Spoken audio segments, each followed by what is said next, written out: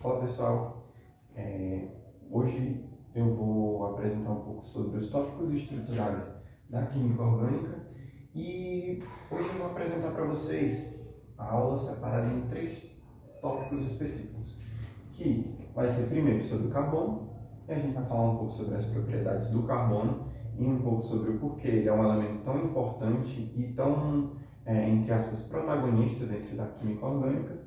Depois eu vou falar um pouco sobre as fórmulas estruturais, que é como as moléculas são apresentadas, como os componentes são apresentados dentro dessas moléculas e dentro de todas as coisas que a gente vê. E, por fim, eu vou falar um pouco sobre a classificação das cadeias carbônicas. Falando um pouco sobre o carbono ele é basicamente o elemento central da química orgânica, ele é o pilar da química orgânica por algumas propriedades específicas dele, que fazem com que ele apareça em diversos compostos orgânicos pelas seguintes propriedades. A primeira delas, que talvez seja uma das mais importantes, é a tetravalência. E o que significa o carbono ser tetravalente? É que o carbono, dentro da sua camada de valência, pode fazer até 4 ligações covalentes. E aqui, como tem no exemplo, tem o carbono como um átomo central e tem as 4 ligações possíveis que ele pode realizar. Essa propriedade é muito importante porque isso faz com que ele possa se misturar ou se unir com vários outros elementos.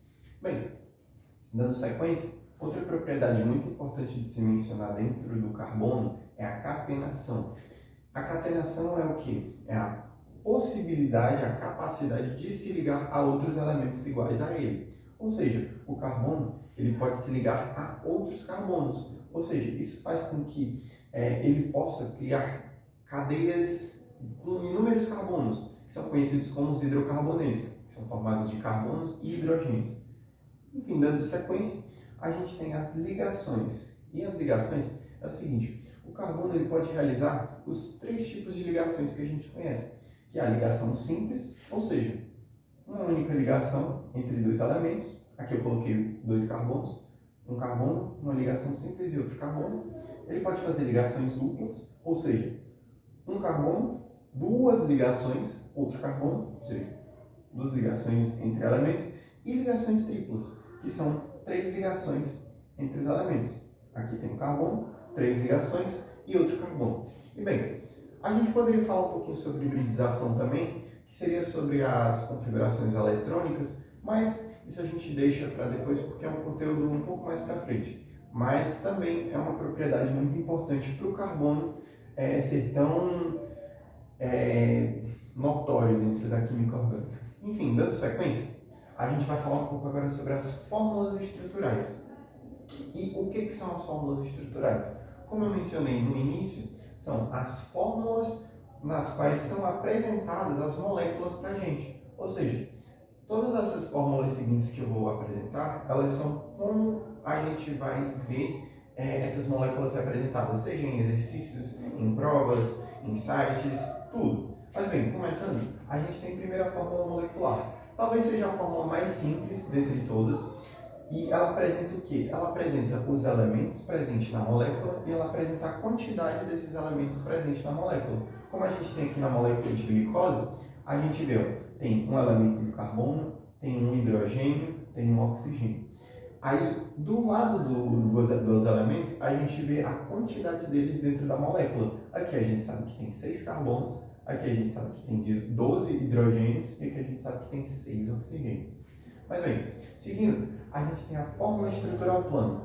Uma das mais comuns, inclusive, ela apresenta também a quantidade de elementos, quais elementos, porém ela tem uma a mais. Ela apresenta o tipo de ligação que faz dentro desses elementos. Ou seja, a gente tem aqui os hidrogênios, a gente tem o carbono, a gente tem outro hidrogênio, e aqui que a gente tem aqui a apresentação da ligação. Ou seja, a gente sabe que entre esses dois carbonos, eles estão realizando a ligação dupla. E a gente tem a quantidade deles também. Aqui a gente sabe que tem um carbono, outro carbono, aqui 2 hidrogênios, 2 hidrogênios. Prosseguindo, a gente tem a fórmula estrutural condensada, que é o quê? Essa fórmula estrutural condensada, ela é muito parecida com a fórmula estrutural plana, porém ela já não mostra as ligações. Só que qual que é o ponto? mesmo não mostrando as ligações, a gente sabe que quais tipos de ligações eles realizam, entendendo a configuração eletrônica de cada elemento. Porque aqui, ó, ele mostra o átomo de carbono, o de hidrogênio, que está ligado a esse de carbono, são 3 outros átomos de hidrogênio, então a gente sabe que aqui ele só pode fazer uma ligação simples com esse outro carbono. Então é uma fórmula condensada de demonstrar essa aqui. Seguindo, a gente tem, e só um adendo, esse tipo de fórmula estrutural condensada ela é muito comum em exercícios. Eu até coloquei aqui, ó, marcadinho, para mencionar que ela aparece muito em exercício. E bem, a fórmula em linha. Essa fórmula talvez seja mais comum dentro da química orgânica. Por quê? Porque essa fórmula em linha, ela deixa implícito algumas coisas. A fórmula em linha, ela é sempre representada somente com linhas. E como é que ela se apresenta? Na fórmula em linhas, você sabe que cada extremidade das linhas, ela representa um átomo de carbono. E aos arredores dessas extremidades, que seriam as pontinhas, a gente sabe que fica implícito que tem hidrogênios balanceando. Ou seja, dentro da química orgânica, eles utilizam essa fórmula em linha em massa. Por quê? Porque é muito mais fácil você construir cadeias carbônicas gigantescas, que a gente conhece dentro da química orgânica, utilizando somente linhas. Porque aí você não precisa colocar os átomos de carbono, você não precisa colocar os hidrogênios, porque ficaria muito bagunçado. Então, essa fórmula em linha é muito mais utilizada. E, por fim, a gente tem a fórmula espacial. A fórmula espacial, ela já demonstra praticamente todas as coisas juntas também. Só que essa fórmula espacial, ela já apresenta as moléculas em 3 dimensões, assim por dizer. Elas utilizam linhas, tracejados e esses arranjozinhos para poder demonstrar onde está a localização espacial dos elementos dentro da molécula. É muito importante essa fórmula espacial porque, por exemplo, quando a gente estuda geometria molecular, a gente vai compreender o formato das moléculas com base na fórmula espacial, porque a gente vai saber onde cada elemento fica na molécula. Então, essas são as 5 fórmulas estruturais. Dando sequência, a gente vai falar um pouco sobre as classificações das cadeias carbônicas. E bem, para começar a falar sobre a classificação das cadeias carbônicas, a gente vai falar um pouco sobre as cadeias abertas. E o que é uma cadeia ser aberta? Ou, como eu coloquei aqui, acíclica ou alifática.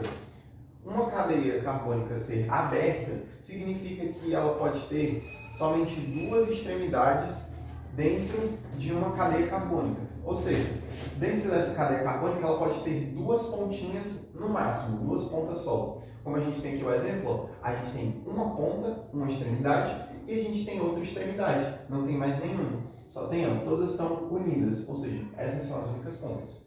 Agora a gente vai ver o que é uma cadeia fechada, ou popularmente conhecida como cadeias cíclicas. As cadeias cíclicas, elas já têm um caráter diferente. Elas não possuem pontas, elas são fechadas. As pontas delas, o que seriam as pontas, elas estão unidas. Como a gente tem aqui o exemplo do butano, que são 4 carbonos, só que eles são ciclos, ou seja, isso aqui é um ciclobutano, que é uma cadeia de butano, só que ela está fechada, então ela cria essa nomenclatura ciclo. E que a gente tem um popularmente conhecido como anel benzênio, que é outro tipo de exemplo de cadeia fechada, que é uma cadeia cíclica, de 6 carbonos com ligações duplas alternadas. Prosseguindo, a gente tem as cadeias mistas, que é uma mistura das 2 cadeias. A gente tem tanto a parte aberta quanto a parte fechada. Aí aqui eu coloquei um exemplo para demonstrar que tem a parte aberta, que é uma das pontinhas, e a gente tem a parte fechada, que seria o anel aromático, que é o anel benzeno. Enfim, seguindo, a gente tem também outro tipo de classificação, que é se a cadeia é normal ou se ela é ramificada. E o que seria uma cadeia ser normal ou ramificada? Como eu tinha mencionado aqui sobre as cadeias abertas possuem 2 extremidades, no máximo, ou 3, enfim, elas possuem várias extremidades, no caso das cadeias abertas. Mas as cadeias normais são cadeias lineares. E o que seria ser linear? Que elas podem ter no máximo 2 extremidades, ou seja, ela pode ter uma pontinha, 2 pontinhas, como eu coloquei de exemplo. Já as cadeias ramificadas, elas podem ter 3 extremidades ou mais. Ou seja, a partir de 3 extremidades, ela já é uma cadeia ramificada, porque porque ela vai ter várias pontas dentro da cadeia. Aí eu coloquei aqui de exemplo, ó, uma ponta, aí chega nesse carbono, tem outra ponta e outra ponta, ou seja, já tem mais 3 pontas. Ou seja, isso é uma cadeia ser normal ou ela ser ramificada. Agora a gente vai ver o que é uma cadeia ser saturada e insaturada. Lembra quando a gente falou sobre os tipos de ligações? Aqui, ó, sobre do carbono, existem ligações simples, duplas e triplas. Aqui a gente vai usar esse princípio de ligações. Uma cadeia saturada é uma cadeia que possui apenas ligações simples entre os seus elementos. Ou seja, aqui, ó, um carbono com outro, ligação simples, esse carbono com esse, ligação simples. Ou seja, é um exemplo de cadeia saturada porque dentro dessa molécula existem apenas ligações simples. Já uma cadeia insaturada é o que possui uma ligação dupla ou uma ligação tripla. Pelo menos uma. Pode ter mais, mas tem que ter no mínimo uma dupla ou uma tripla. E aqui, como a gente tem de exemplo, a gente tem um carbono fazendo dupla com outro carbono e um carbono fazendo simples com outro. Essa cadeia já é insaturada, por quê? Porque a gente já vê a presença da ligação dupla. Ou seja, cadeia saturada, só ligações simples, cadeias insaturadas, ligações duplas ou triplas. E para finalizar, a gente vai ver o que é uma cadeia homogênea e uma cadeia heterogênea. Uma cadeia homogênea é uma cadeia de carbonos onde não existe nenhum átomo de elemento diferente entre os carbonos. Ou seja, tem um carbono, tem outro carbono, não pode ter nenhum outro tipo de elemento entre esses dois átomos de carbono. Como a gente vê aqui o exemplo, ó, tem esse carbono com esse e aqui tem um oxigênio na ponta. Como o oxigênio não está entre esses carbonos, é uma cadeia homogênea. E uma cadeia heterogênea seria o que eu tinha dito antes, que seria justamente quando uma cadeia carbônica possui um átomo de outro elemento entre dois carbonos. Então, isso seria uma cadeia heterogênea. Mas bem, esses são os tópicos que eu vim apresentar hoje e é isso aí. Oi gente, tudo bem? Na aula de hoje vamos revisar 3 assuntos fundamentais para a química orgânica. Grupos funcionais, nomenclatura e UPAC, que é a instituição responsável por criar regras internacionais para a química, e isomeria.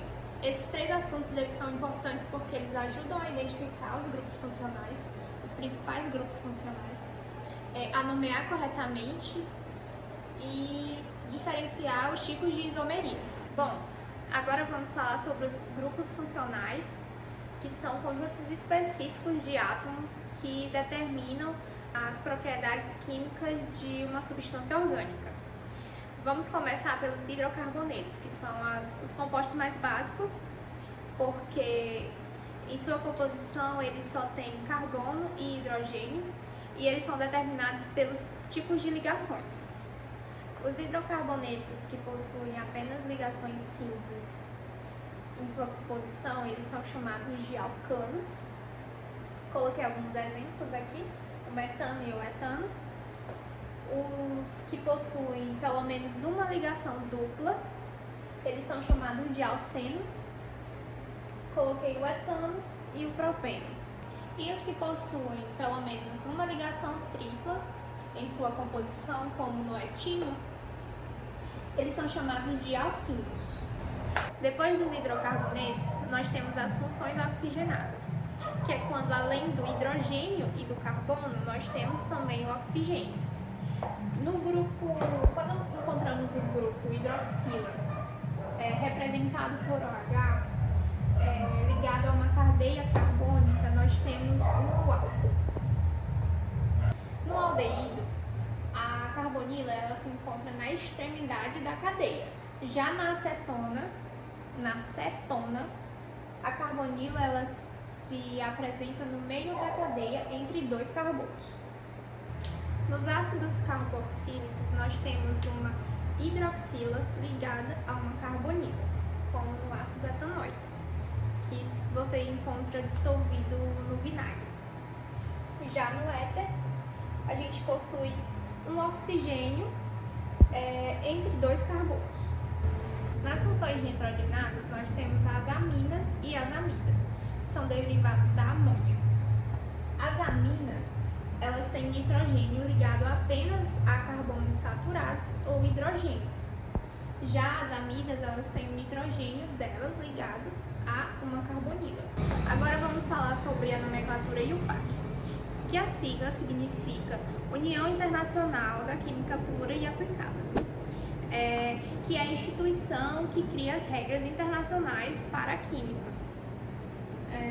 A nomenclatura ela é dividida geralmente em 3 partes: prefixo, infixo e sufixo, onde o prefixo vai ser indicado o número de carbonos, onde um carbono é o met, 2 carbonos et, 3 carbonos prop, 4 carbonos but. A partir do 5º carbono, o prefixo vai ser indicado por numerais matemáticos. Prefixos numerais matemáticos: penta, hexa, hepta, oct, nono e dec. O infixo é a segunda parte da nomenclatura, vai ser o tipo de ligação. Vai ser ligação simples, em vai ser ligação dupla, in vai ser ligação tripla. Logo, no fim, o sufixo vai ser indicando a função orgânica. O vai ser álcool, aldeído, ona, cetona e oico, ácido carboxílico. Agora eu trouxe um exemplo aqui para a gente definir a nomenclatura. O primeiro passo é a gente definir o prefixo, que indica o número de carbonos. Então vamos contar. Nós temos 2 carbonos, então o prefixo vai ser et. No segundo passo nós temos o infixo, que indica o tipo de ligação, se é simples, dupla ou tripla. Nós temos aqui apenas ligações simples, então vai ser an. E por fim, o último passo, que é o sufixo, que indica um grupo funcional. A gente identifica que aqui tem uma hidroxila. Então, o sufixo vai ser ol, dos álcools. Então, nós temos aqui o etanol. E por fim, nós vamos falar sobre os isômeros, que são compostos que têm a mesma fórmula molecular, mas estrutura diferentes. Na isomeria, nós temos a isomeria plana e a isomeria espacial. Na isomeria plana, a diferença está na fórmula estrutural. A gente tem a isomeria de cadeia, que os compostos eles têm cadeias diferentes, podendo ser a cadeia normal e a cadeia ramificada.